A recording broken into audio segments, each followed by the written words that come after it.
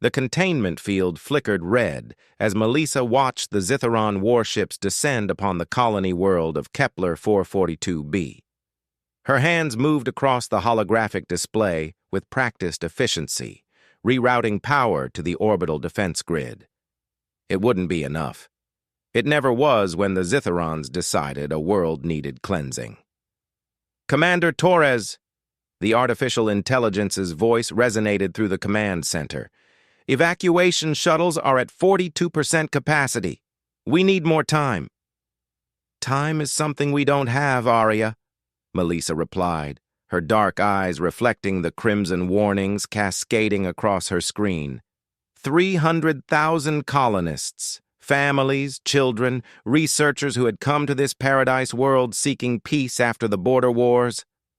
Now they would die because humanity had dared to settle too close to Zitharon space.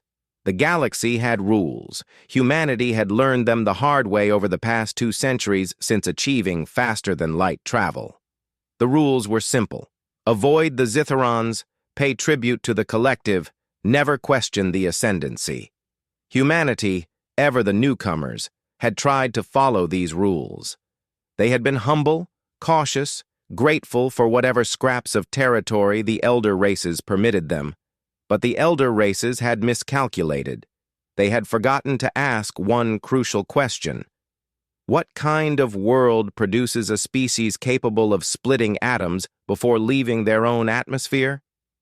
What kind of environment forges a people who, despite their fragility, chose to strap themselves to controlled explosions and hurl themselves into the void?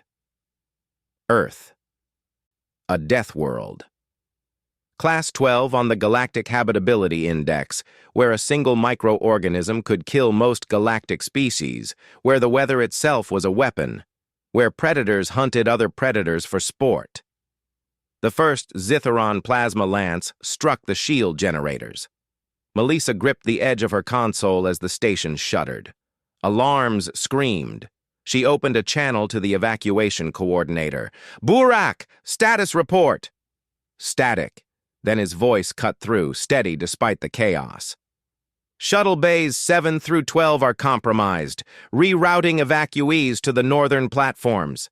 Melissa, we're not going to make it. We need a miracle." Burak had always been the optimist between them. They had served together for 8 years, ever since the Titan Station incident. If he was talking about miracles, the situation was worse than her displays indicated. "Miracles are for other species," Melissa said quietly. "We make our own luck." She pulled up the tactical overview. 73 Zitharon vessels in orbit, each one capable of glassing a continent. Standard procedure: overwhelm defenses, eliminate all resistance, sterilize the world. They had done it to the Krell homeworld 15 years ago, to the Viridian colonies 10 years before that. The galaxy had watched, disapproved quietly, and done nothing. Because the Zitharons were ancient, powerful, untouchable. Melissa's fingers stopped moving. An idea crystallized in her mind. Terrible, desperate, absolutely insane. She opened a secure channel to Earth Command, bypassing standard protocols, accessing the emergency beacon reserved for extinction-level scenarios. "This is Commander Melissa Torres, authorization code Omega 77 Tango, requesting immediate deployment of Prometheus Protocol to coordinates Kepler 442b. We have civilian casualties imminent. Request is logged and witnessed." Silence stretched for 3 heartbeats. Then Admiral Chen's voice, gravelly and ancient, responded from across the light years. "Commander, you understand what you're asking. Prometheus hasn't been deployed since the Accords. This will have consequences." "They're already killing us, sir. What consequences matter more than that?" Another pause. "Prometheus authorized. ETA 16 minutes. Get your people out, Torres. All of them." The channel closed.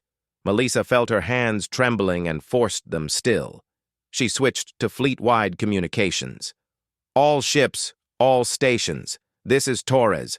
Execute emergency extraction protocol. Every shuttle, every pod, every piece of scrap that can hold atmosphere, launch now. You have 14 minutes.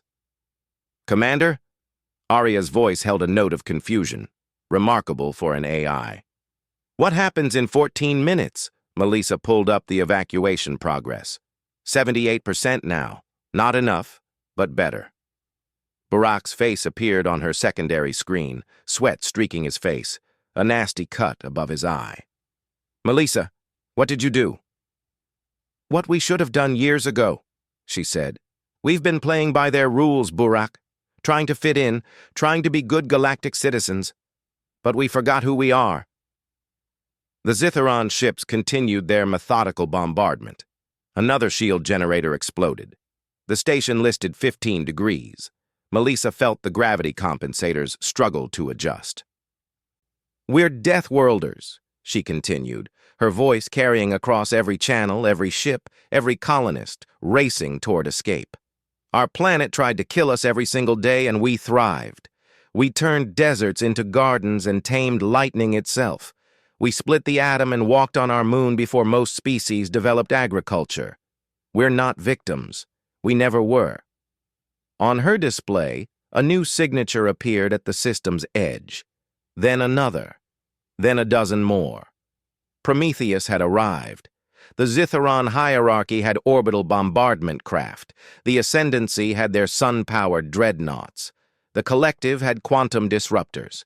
Humanity had spent 200 years being afraid, being careful, being small. But humanity had also spent that time preparing, learning, building. The Prometheus ships weren't elegant like Ascendancy vessels or ancient like Zitharon warcraft. They were blunt, ugly things, covered in reactive armor and bristling with weapons no galactic treaty had ever thought to ban because no sane species would create them. Kinetic kill vehicles, nanoplague warheads, singularity torpedoes, weaponized quantum foam. Every nightmare that emerged from humanity's most creative minds, people who had spent their entire evolution fighting for survival on a world that spawned hurricanes, earthquakes, and viruses as a matter of routine. Evacuation at 96%, Burak reported, his voice tight with something between hope and horror. The lead Prometheus ship opened fire. A column of accelerated matter, simple iron slugs, nothing exotic, crossed the distance at a significant fraction of light speed. The first Zitharon ship crumpled like paper, its shields meaningless against raw kinetic force. Then the second died, then the third. The Zitharon fleet turned, weapons swiveling to face this new threat. They were warriors, proud and ancient. They did not flee. They should have. The battle lasted 7 minutes. When it ended, debris orbited Kepler 442b like a new asteroid belt. Not a single human ship had been destroyed. Melissa watched the aftermath on her screens, feeling cold despite the heat from damaged systems. The galaxy would never be the same. The careful balance, the ancient hierarchies, the rules that kept humanity small and safe, all of it was burning in the void alongside Zitharon ships. Final evacuation shuttle away, Burak reported. 100%. We did it, Melissa. No, she said softly. We just started something we can't stop. Admiral Chen's face appeared on her display. Behind him she could see Earth, blue and green and beautiful. Their death world, their home. Commander Torres, you have command of Prometheus fleet. The Galactic Council is convening. They're concerned. Melissa almost laughed. Concerned. The galaxy had watched genocide after genocide, had allowed the strong to prey upon the weak, had built their civilization on rules that protected the powerful. Now they were concerned. Tell them, Melissa said, her voice carrying the weight of 200 years of restraint finally breaking, that the Deathworlders are done asking permission. The transmission ended. In the silence of her command center, Melissa Torres, daughter of Earth, looked out at the stars. Humanity had returned the favor the galaxy had shown them. Fire for fire, ruthlessness for ruthlessness. and the galaxy would learn what their ancestors had known: never corner a predator from a death world. The age of humanity had begun, and the stars themselves would remember.